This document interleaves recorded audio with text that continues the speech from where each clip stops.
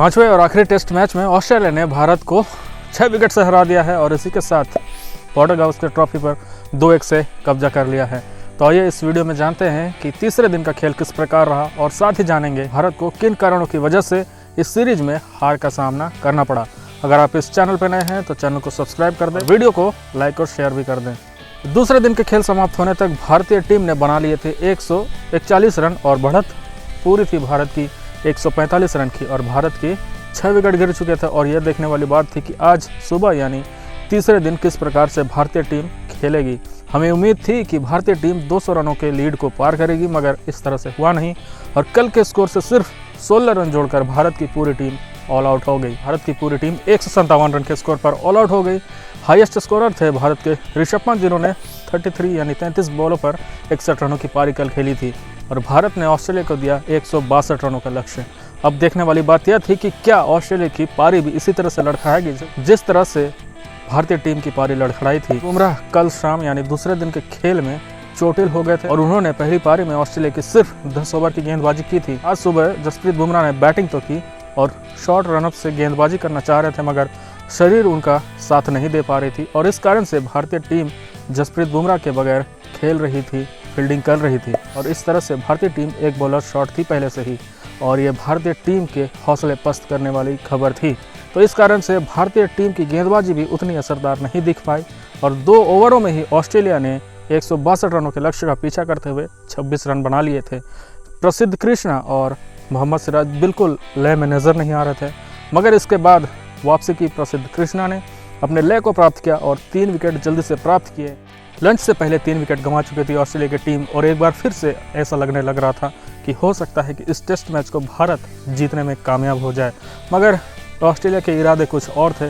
Lunch के बाद Travis head और उनके ओपनर उस्मान ख्वाजा जो टिके हुए थे वो उन्होंने शानदार खेल दिखाया और फिर इसके बाद उस्मान ख्वाजा का विकेट खोकर यानी कि टोटल 4 विकेट खोकर ऑस्ट्रेलिया ने लक्ष्य को प्राप्त कर लिया और इस तरह से भारत की टीम इस मैच को हार गई।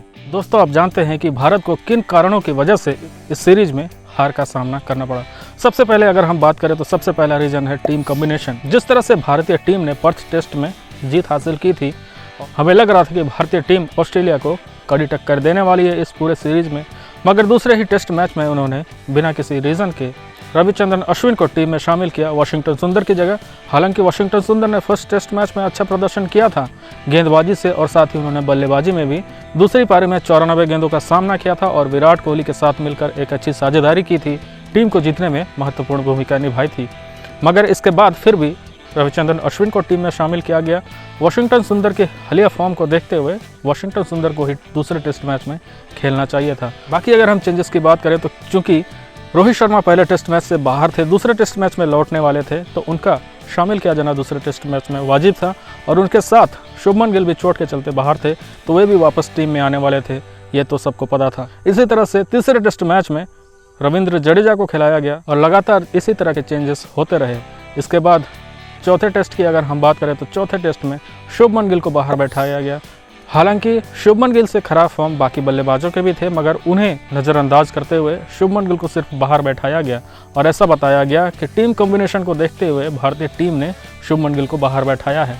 और अगर 5वें टेस्ट मैच की बात करें तो 5वें टेस्ट मैच में शुभमन गिल को वापस टीम में लिया गया और रोहित शर्मा उन्होंने आकर खुद ये बताया कि उन्होंने अपने आप को ड्रॉप किया था ताकि इस टेस्ट मैच में भारतीय टीम को जीत मिल सके और भारतीय टीम अच्छा प्रदर्शन कर सके, मगर इस तरह से हुआ नहीं। भारतीय टीम को इस टेस्ट मैच में हार का सामना करना पड़ा।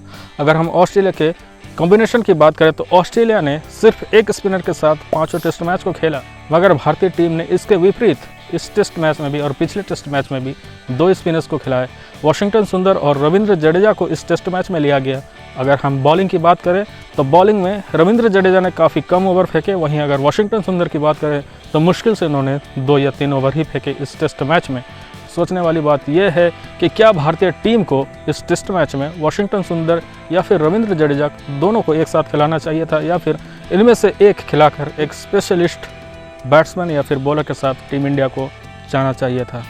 पिच को देखकर ऐसा लगता है कि भारतीय टीम ने ये फैसला गलत लिया था, क्योंकि अगर भारतीय टीम वाशिंगटन सुंदर या फिर रविंद्र जडेजा में से एक प्लेयर को खिला करके अगर किसी एक बॉलर और बैट्समैन के साथ गई होती तो आज ये रिजल्ट कुछ अलग होता और भारतीय टीम इस टेस्ट मैच को जीत चुकी होती। दोस्तों अगले हम रीज़न की बात करें तो सबसे बड़ी जो रीज़न है वो है poor batting, specially by seniors. जिस तरह से प्रदर्शन की उम्मीद इस पूरे सीरीज़ के दौरान भारतीय सीनियर्स प्लेयर से थी, उस तरह का प्रदर्शन सीनियर्स ने किया नहीं। स्पेशली बैटिंग डिपार्टमेंट में रोहित शर्मा और साथ ही विराट कोहली भी अपने फॉर्म से जूझते नजर आए और भारतीय टीम में इसका खामियाजा सीरीज को गंवाकर भुगता। रोहित शर्मा दूसरे टेस्ट मैच से जुड़ने के बाद कभी भी बड़ा स्कोर नहीं कर पाए और वहीं पांचवें टेस्ट मैच में तो उन्होंने अपने आप को खुद को ड्रॉप किया। और अगर विराट कोहली की बात करें तो विराट कोहली 9 में से 8 बार ऑफ स्टंप से बाहर जाती गेंदों को छेड़ने के चक्कर में आउट हुए। और हम बात करते हैं कि सचिन तेंदुलकर ने जिस तरह से 241 रनों की पारी खेली थी सिडनी में, उस पारी से विराट कोहली को सीखना चाहिए। और जिस तरह से सचिन तेंदुलकर ने उस मैच में कोई भी कवर ड्राइव नहीं मारा था, तो उसी तरह से विराट कोहली को भी कोई ड्राइव के लिए नहीं जाना था, मगर वे कट शॉट और स्क्वायर कट ज़्यादातर खेलते नहीं हैं और इसका खामियाजा उन्हें भुगतना पड़ा। और ऑफ स्टंप से बाहर जाती गेंदों को सीधे बल्ले से खेलने के कारण, ड्राइव मारने के कारण उन्होंने अपना विकेट गंवाया और 9 बार में से 8 बार एक ही तरह के डिसमिसल हुए विराट कोहली के इस पूरे सीरीज के दौरान। इसके बाद अगर हम बात करें तो शुभमन गिल का फॉर्म भी चिंता का विषय है। अगर हम पिछले ऑस्ट्रेलियन दौरे की बात करें तो उस दौरे में शुभमन गिल ने 91 रन बनाए थे। इसके अलावा शुभमन गिल का विदेश में कोई भी 50 रन का स्कोर अब तक देखने को नहीं मिला है। देखने वाली बात यह है कि क्या शुभमन गिल विदेशी धरती पर 50 रन से अधिक बना पाएंगे या फिर नहीं। अगर हम तीसरे रीज़न की बात करें तो तीसरा रीज़न है पुअर बॉलिंग।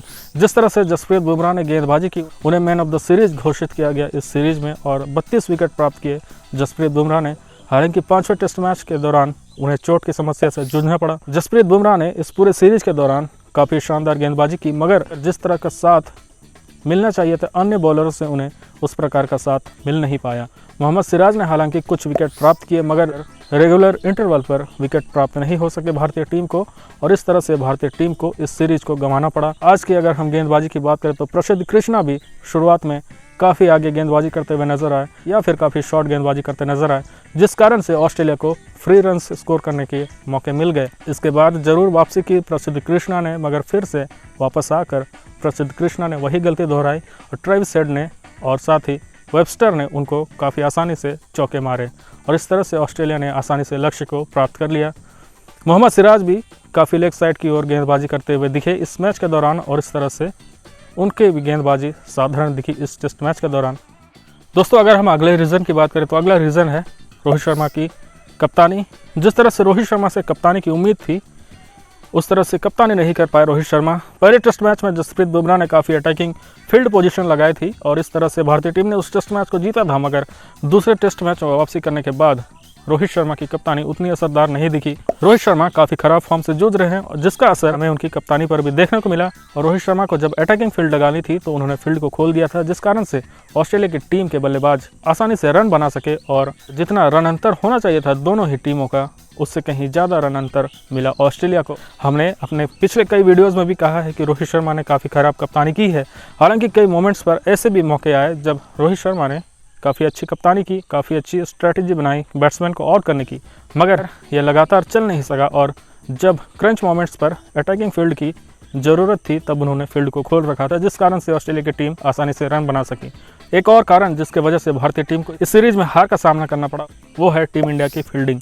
जिस तरह से भारतीय टीम ने कई अहम मौके पर कैच ड्रॉप किए वो भारतीय टीम को भारी पड़ा, जिसका खामियाजा उन्हें इस सीरीज को गंवा कर चुकाना पड़ा।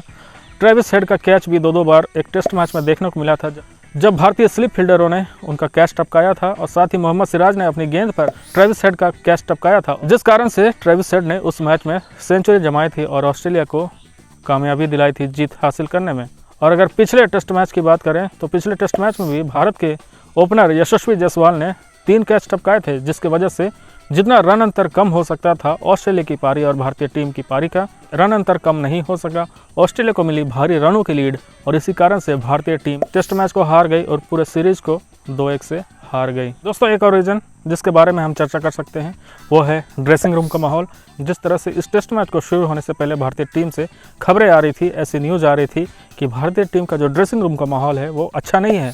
बाद में रोहित शर्मा ने स्टार स्पोर्ट्स पर आकर ज़रूर कहा था कि ये उनका खुद का डिसीजन था अपने आप को ड्रॉप करने का, मगर जिस तरह से खबरें आ रही थी आग तो कहीं लगी थी और जिस कारण से चिंगारी उठी थी, जिस कारण से भारतीय टीम के बल्लेबाज कहीं ना कहीं एकजुट हो नहीं पाए इस पूरे सीरीज के दौरान और भारतीय टीम को इसका खामियाजा सीरीज़ को हार कर चुकाना पड़ा। तो दोस्तों ये मुख्य कारण थे जिसकी वजह से भारतीय टीम इस पूरे टेस्ट सीरीज़ को हार गई। अब देखने वाली बात यह है कि क्या आने वाले टेस्ट मैचों में भारतीय टीम विराट कोहली और रोहित शर्मा के साथ जाएगी, शुभमन गिल के साथ जाएगी, प्रसिद्ध कृष्णा और मोहम्मद सिराज जैसे बॉलर्स के साथ जाएगी, या फिर उनसे आगे बढ़कर भारतीय टीम किसी यंगस्टर को मौके देगी, क्योंकि जिस तरह से इनका लगातार खराब फॉर्म जारी है वो काफ़ी चिंता का विषय है। हम उम्मीद करेंगे कि आपको ये वीडियो अच्छा लगा होगा। वीडियो पसंद आया तो वीडियो को लाइक करें, नए चैनल पर चैनल को सब्सक्राइब करें।